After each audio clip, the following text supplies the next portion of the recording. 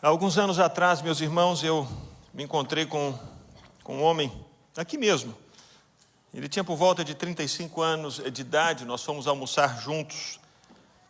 Então ele me contou que já estava aqui nos Estados Unidos há aproximadamente 5 anos. E conversa vai, conversa vem. Ele me contou que o filho dele estava completando 8 anos naquela semana. Portanto, ele já estava aqui há 5 anos, o filho dele estava completando 8 anos. E, portanto, quando o filho dele tinha 3 anos, ele veio para cá. Nunca mais esteve com o filho, deixou o filho para trás. Eu sei, meus irmãos, que todos nós que somos imigrantes e estrangeiros e viemos para o sul da Flórida, a maioria de nós deixou alguma coisa para trás em algum lugar, seja do Brasil, seja dos Estados Unidos. Algo foi deixado. Pode ser que você tenha deixado para trás uma situação não resolvida com seus pais. Pode ser que você tenha deixado para trás alguma dívida que ficou em aberto. Pode ser que você tenha deixado para trás alguma situação com filhos que você tem, mas ficaram como a situação desse homem. Pode ser que você tenha deixado para trás uma empresa. Pode ser que você tenha deixado para trás uma palavra que Deus lhe havia compartilhado e você veio. A maioria de nós que somos estrangeiros ou peregrinos e que nos mudamos para cá, deixou algo para trás. E viemos para cá, a maioria de nós também temos essa convicção em cima de uma palavra de Deus. Deus nos enviou, Deus nos trouxe para cumprir uma missão, para reconstruir a vida, mas algo ficou para trás. E é importante entendermos algo, que o Deus que nos trouxe para essa terra, Deus que nos trouxe para o sul da Flórida, Ele mesmo vai criar alguma situação para que essa situação que ficou para trás seja resolvida. Deus não vai deixar essa situação em aberto. Ele vai agir. Da mesma maneira como Ele agiu, trazendo-nos para cá, Ele vai agir, criando algo para que isso seja resolvido. Pode levar 1 ano, pode levar 2 anos, pode levar 5 anos, pode levar 20 anos, mas Deus vai criar uma situação para você resolver o seu passado. Isso tem a ver com o Evangelho. Quando o pecado entrou no mundo, lá no início da história, Deus não simplesmente virou as costas e deixou a situação do pecado para lá e disse, agora vamos fazer outra coisa. Não, Jesus veio ao mundo exatamente para resolver essa situação que estava em aberto lá atrás. Jesus morreu na cruz porque algo precisava ser resolvido. Aquela questão não ficou debaixo do tapete, não caiu no esquecimento, não foi deixada de lado. Deus começou a agir na história para que milhares de anos depois, e levou milhares de anos, aquela situação fosse resolvida de uma vez para sempre. Isso é princípio. Deus vai criar uma situação para que isso seja resolvido. E foi o que aconteceu com Jacó.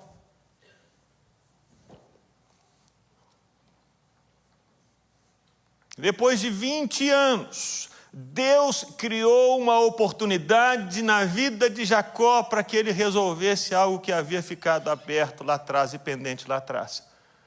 E o lugar onde Deus agiu para que essa situação fosse resolvida na vida de Jacó recebeu o nome de Peniel. Se você abrir a sua Bíblia em Gênesis 32, versículo 31, você vai ler uma expressão muito bonita. Diz o texto: nasceu-lhe o sol quando ele atravessava Peniel e mancava por causa da coxa. Essa expressão é bonita, esse texto é interessante, porque quando Jacó está fugindo do irmão, saindo de casa, e ele se encontra em Betel, Lá em Gênesis 28, nós lemos que o sol se pôs sobre Jacó. Ele chegou em Betel e ele colocou um travesseiro de uma pedra porque o sol lhe havia posto. E a Bíblia joga com essas figuras de linguagem. O sol se pôs na vida de Jacó em Gênesis 28, quando ele está fugindo de casa. E o Espírito Santo faz questão de fazer-nos entender que agora em Peniel, depois que essa situação está resolvida, o sol nasce na vida de Jacó. Ele viveu durante 20 anos no escuro, ele viveu durante 20 anos na noite, ele viveu durante 20 anos com essas coisas pendentes, essas coisas nas costas dele, chamando a atenção dele, mas houve um momento em que Deus agiu e criou uma oportunidade para que houvesse Peniel na vida de Jacó, e o sol nascesse, depois que essa situação viesse a ser resolvida. E talvez você possa estar aí se perguntando, se não está se perguntando, vou te ajudar com essa pergunta: por quê? Por que eu preciso resolver o passado? Por que eu não posso simplesmente deixá-lo para lá? Não vou mexer com ele, não vou tocar nesse assunto. E se alguém falar sobre isso comigo, eu vou sair de perto. Por que eu tenho que resolver o passado? Sabe por quê? Porque os eventos do passado sempre vão nos alcançar. Sempre. Sempre. Foi o que aconteceu com Jacó. Em Gênesis 32, 6, nós lemos que os mensageiros que Jacó enviou no caminho voltaram, correndo, dizendo: fomos até o seu irmão Esaú, ele está vindo para se encontrar com o Senhor, e 400 homens estão com ele. Jacó fugiu de casa, deixando uma situação não resolvida com o irmão Esaú. 20 anos depois, ele está voltando para casa e Esaú vem recebê-lo. Esaú não vem sozinho, Esaú não vem com a família, Esaú não vem com tamboris e harpas, Esaú não vem com os menininhos e as esposas. A Bíblia diz que Esaú vem com 400 homens. Os mensageiros de Jacó entenderam o que estava sendo comunicado. Não era algo muito bom. Se fosse algo que não chamasse atenção, eles somente iam dizer assim: Esaú está chegando aí. Mas é Esaú e mais 400 homens estão com ele. O passado do qual Jacó havia fugido, depois de 20 anos, estava batendo na porta dele. O tempo não havia apagado aquela situação. Ele não havia conseguido colocar aquilo debaixo do tapete. Se o passado não for resolvido, ele vai nos alcançar, e quando isso acontecer, vai vir com 400 homens a mais. Vai vir com juros e correção monetária. Vai vir com mais carga. E não é somente isso. O passado precisa ser resolvido não porque esses eventos do passado nos alcançam, mas essas emoções do passado também nos alcançam. Sempre. Quando Jacó fugiu de casa, ele fugiu com medo, porque o seu irmão estava para matá-lo. 20 anos depois, esse sentimento bate novamente no coração dele. A Bíblia diz que Jacó ficou com medo e ficou angustiado. Aquelas mesmas emoções surgiram de novo. Aquele mesmo medo apareceu de novo. Aquela mesma angústia bateu na porta dele de novo. E meus irmãos, as emoções, elas não são ruins, elas são como que um termômetro que mostram para nós mesmos se algumas questões estão pendentes.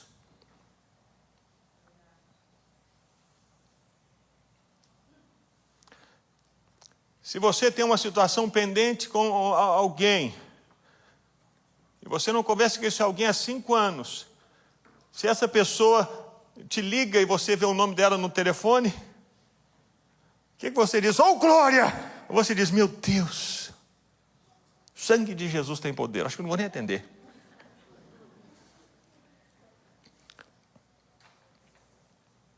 O que essas emoções estão dizendo? Estão dizendo que existem questões não resolvidas. Elas são esse termômetro dizendo para você: olha, tem coisa pendente lá atrás.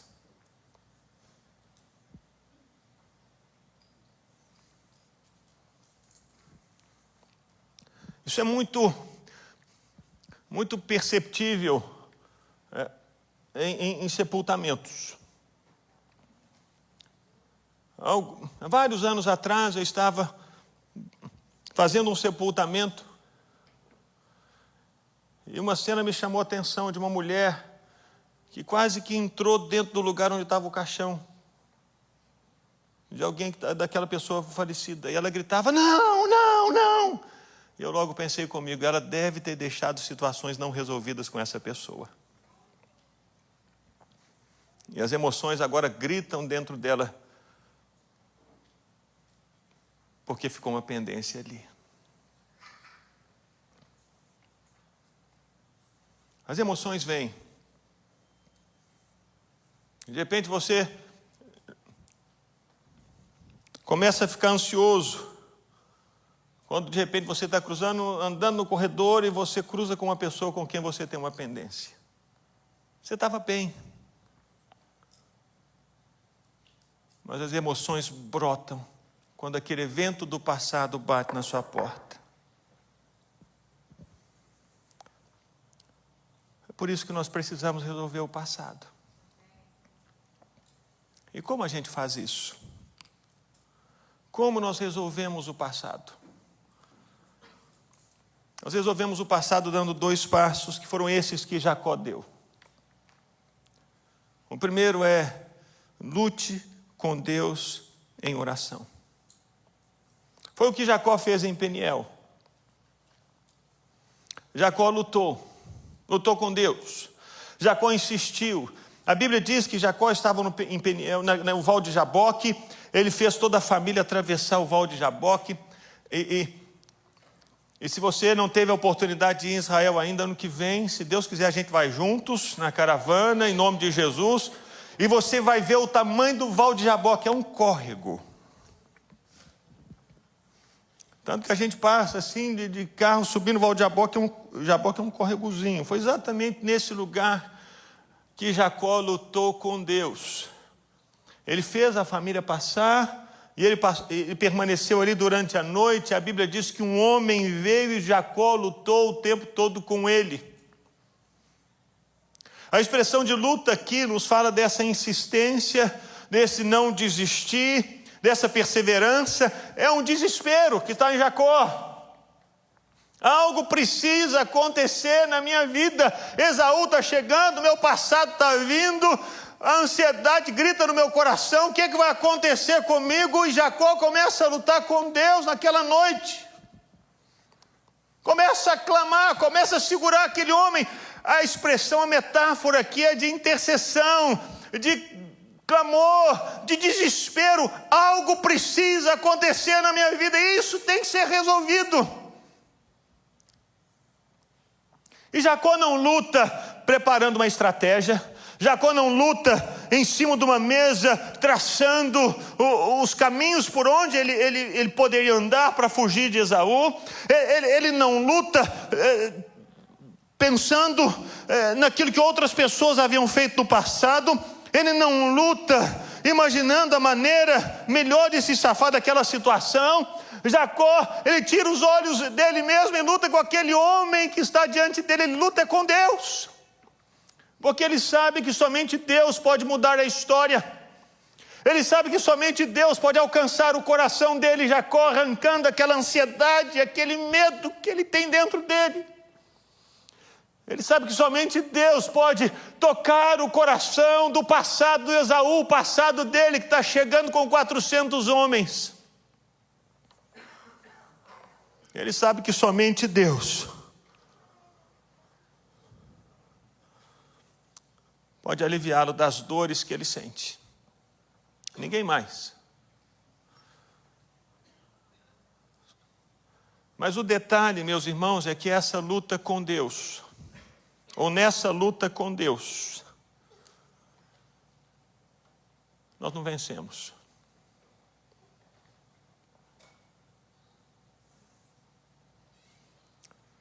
Quando nós lemos o relato da história de Jacó, e lemos esse texto, e Deus chega e diz para Jacó: seu nome não será mais Jacó, E sim, Israel, pois você lutou com Deus e com os homens e prevaleceu.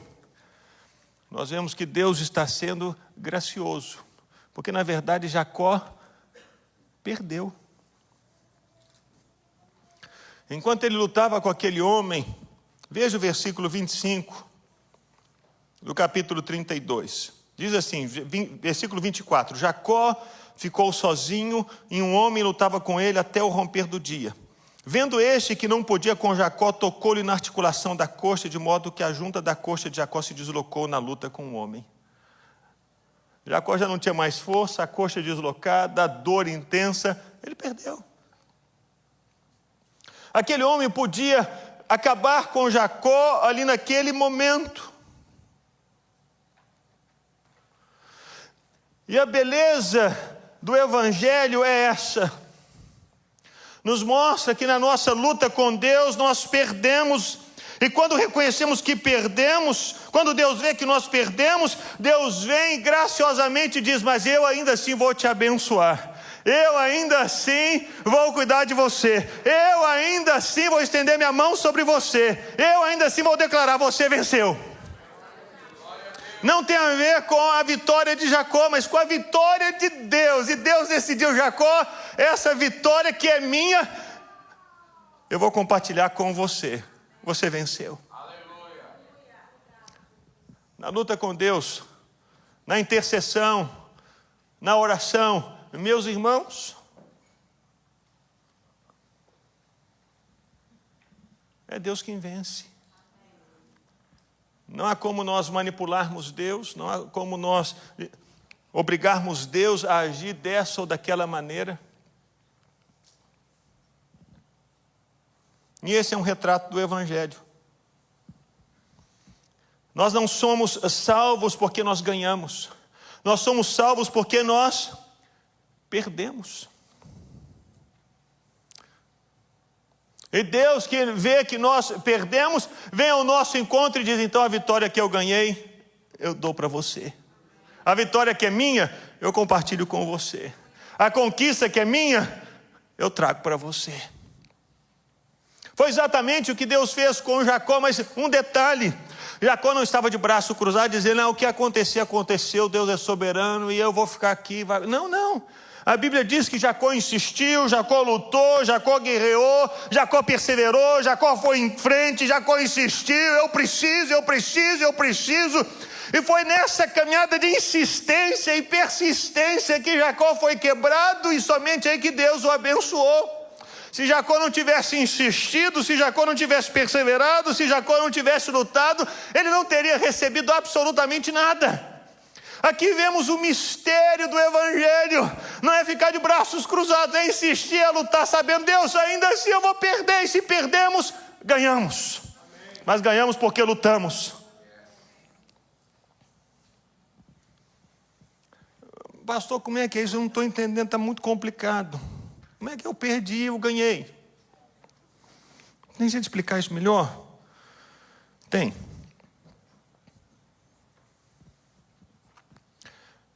Quantos aqui são casados?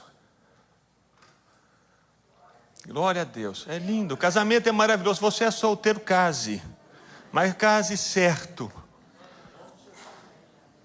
Se você casar errado, você vai orar muito.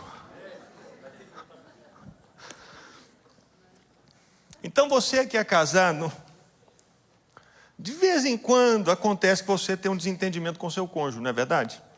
É raro. Raro. Mas acontece.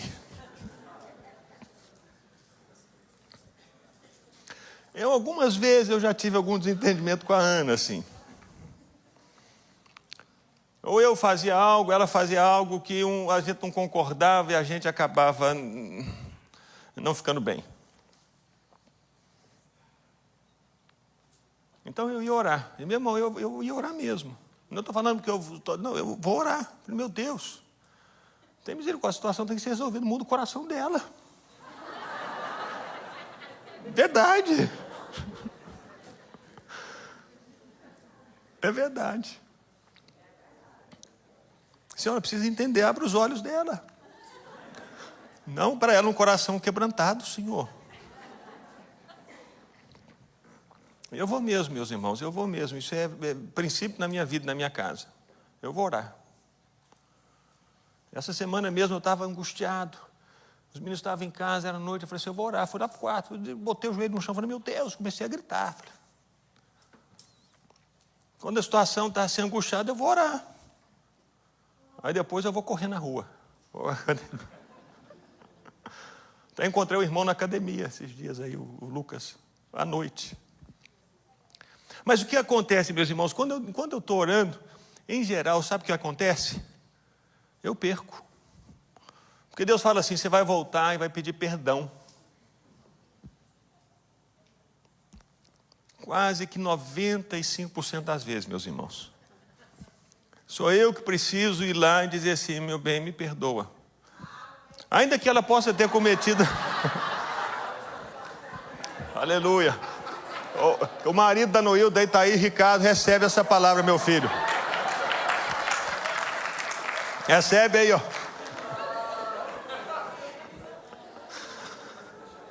95% das vezes o Senhor fala comigo, você precisa ir lá pedir perdão.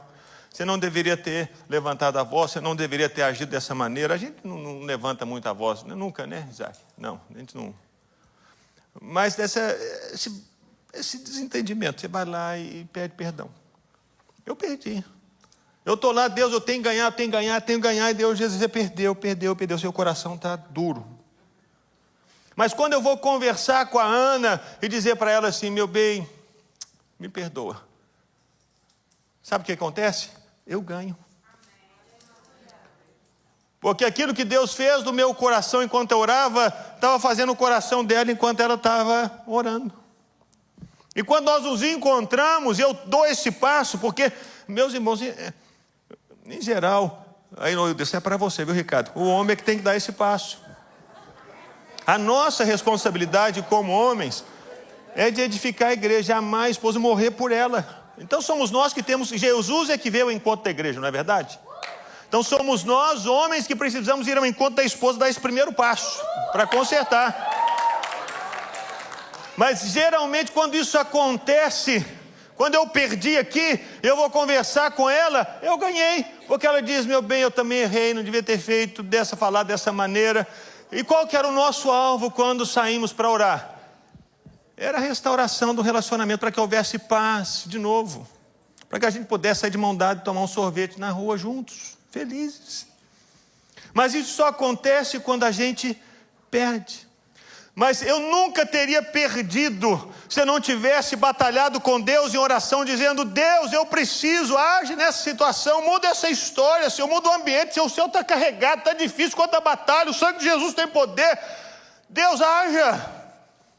Isso nunca teria essa paz, esse perder diante de Deus, para que eu ganhasse ali na frente, nunca teria acontecido se eu não tivesse dado esse passo, entendeu agora?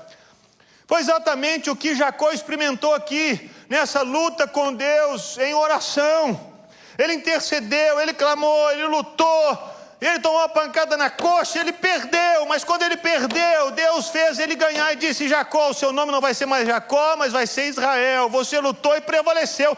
Não que Jacó tivesse prevalecido, mas Deus decidiu declarar, Jacó, você ganhou.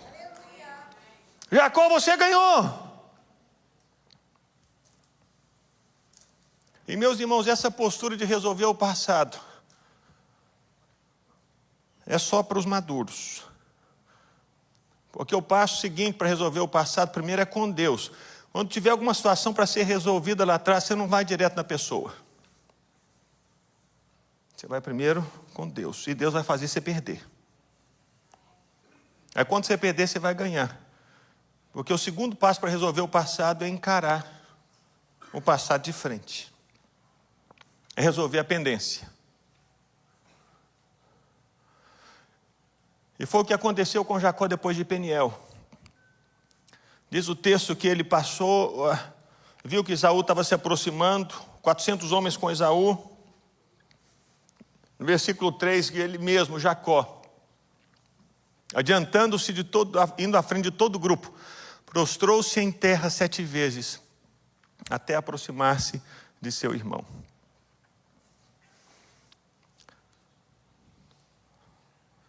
Essa atitude de Jacó, aproximar-se 7 vezes, aproximar-se do irmão e se prostrar 7 vezes, às vezes a gente não entende o que isso significa, o que isso comunica.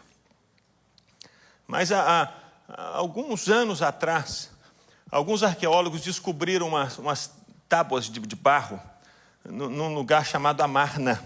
Então são as tabuletas de Amarna. E essas tábuas de Amarna, elas foram escritas e preservadas por milhares de anos. E elas relatam como era a cultura nesse tempo dos patriarcas.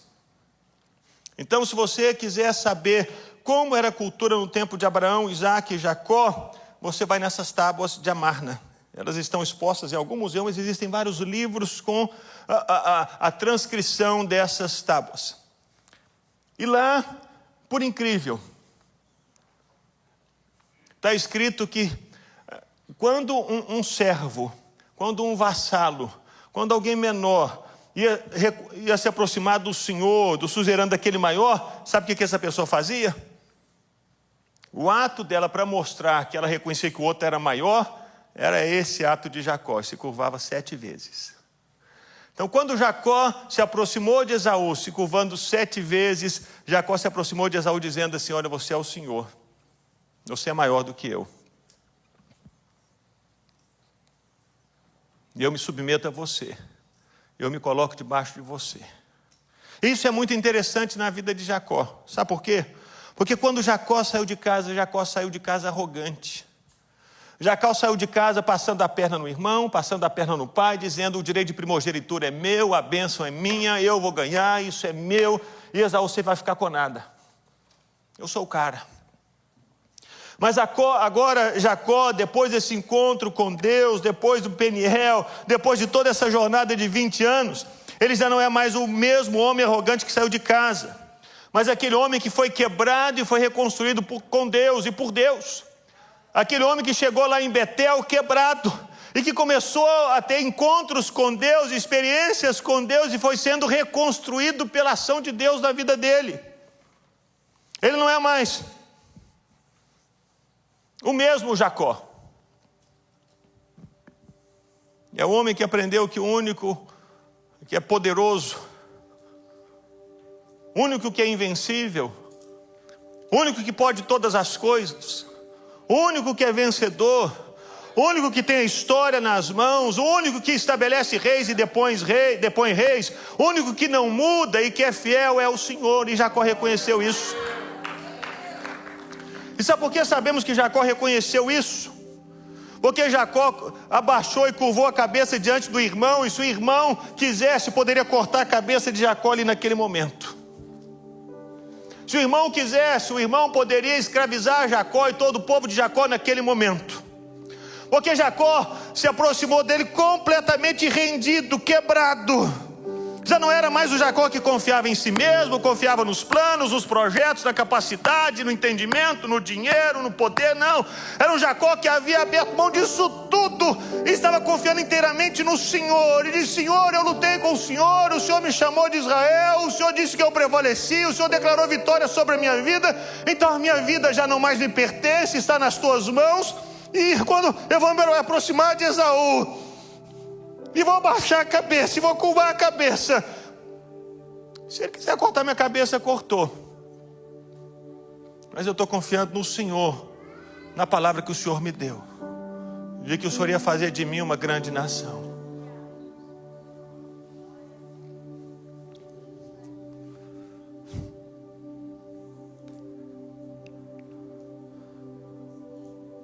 Ele sabia que a vida dele já não estava mais nas mãos do irmão. A vida dele não estava mais nas mãos do passado. A vida dele não estava mais nas mãos das situações em aberto. A vida dele não estava mais nas mãos dos inimigos, dos adversários. A vida dele estava nas mãos de Deus. O que aconteceu com essa atitude de Jacó? O Jacó quebrantado, o Jacó que se humilhou porque ele lutou com Deus. Ele recebeu a declaração da vitória de Deus na vida dele e agiu em obediência e em fé, confiando que o Senhor Deus ia protegê-lo. O que aconteceu com Jacó? O que aconteceu com Esaú? O texto diz que Jacó e Esaú se reconciliaram. Jacó se reconciliou com seu passado. No versículo 4 de Gênesis 33, nós lemos que quando Jacó se adiantou e prostrou-se em terra 7 vezes até se aproximar do irmão, o irmão correu ao encontro dele. O irmão abraçou, pôs os braços em volta do pescoço dele, o beijou e choraram. Eles choraram. Não existiam mais barreiras, não existiam mais acusações, não existiam mais ataques, nem justificativas. Existiam lágrimas de reconciliação. Não era um apontando o dedo para o outro, um acusando o outro, um relembrando uma história do passado que não tinha sido resolvida. Eram os dois abraçados e chorando, e chorando, e chorando. Sabe por quê? Porque Deus agiu na vida de Jacó ali em Peniel. Ele encarou o passado, e o passado foi resolvido ali diante de Deus, e por isso ele pôde encarar esse passado confiando: Deus vai me dar a vitória, Deus está comigo. Eu estive com ele ontem à noite, e ele me garantiu a certeza de que eu seria bem sucedido. Então hoje pela manhã o sol nasceu, eu vou viver essa reconciliação na minha vida.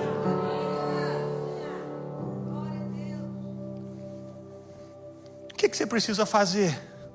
Porque isso faz parte do processo de maturidade. Nós temos caminhado nesse processo na vida de Jacó. Maturidade começa com o começo em Betel, começa com não desistir em Manaim. Não desisto, o trabalho está difícil, estamos explorando, mas não vou desistir. Deus, eu vou permanecer até o Senhor falar que é hora de sair. E passa por resolver o passado. Como que você pode resolver o seu passado?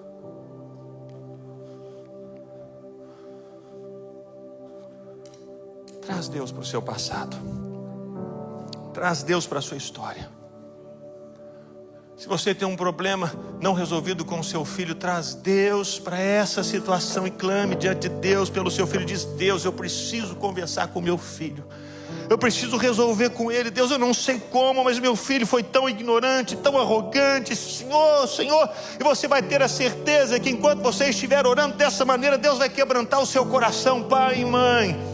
E quando você procurar o seu filho, você não vai procurá-lo com uma postura arrogante, mas vai procurar como alguém que perdeu, mas ganhou por causa da declaração de Deus na sua vida. E Deus, que trouxe a declaração de vitória sobre você, já está agindo na vida do seu filho. Quando você se aproximar dele com esse coração quebrantado para dizer: filho, precisamos estar bem.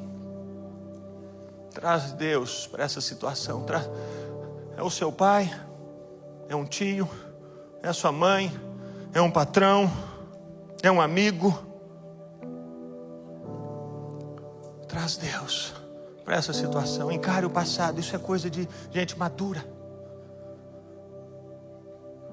As crianças fogem, mas os maduros encaram. Encaram porque venceram essa batalha em Deus aqui. Encaram porque lutaram com Deus aqui.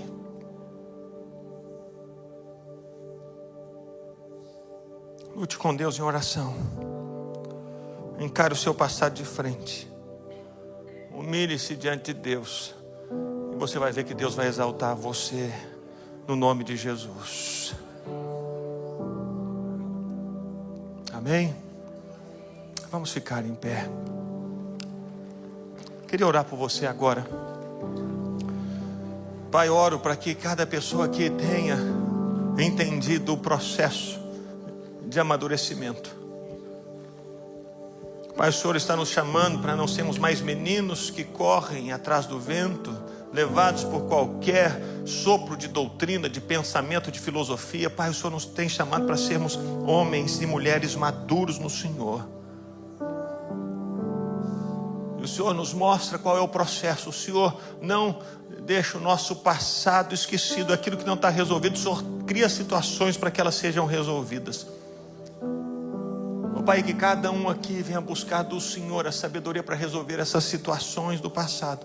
Venha lutar em oração, venha clamar ao Senhor, venha interceder, venha buscar a tua face, buscar a tua face, buscar a tua face, venha orar, até que perca para que ganhe a declaração do Senhor dizendo: você venceu. Oh, Espírito Santo de Deus, Mova sobre os corações aqui, Pai. Mova sobre os corações, mova sobre cada pessoa, em nome de Jesus, em nome de Jesus.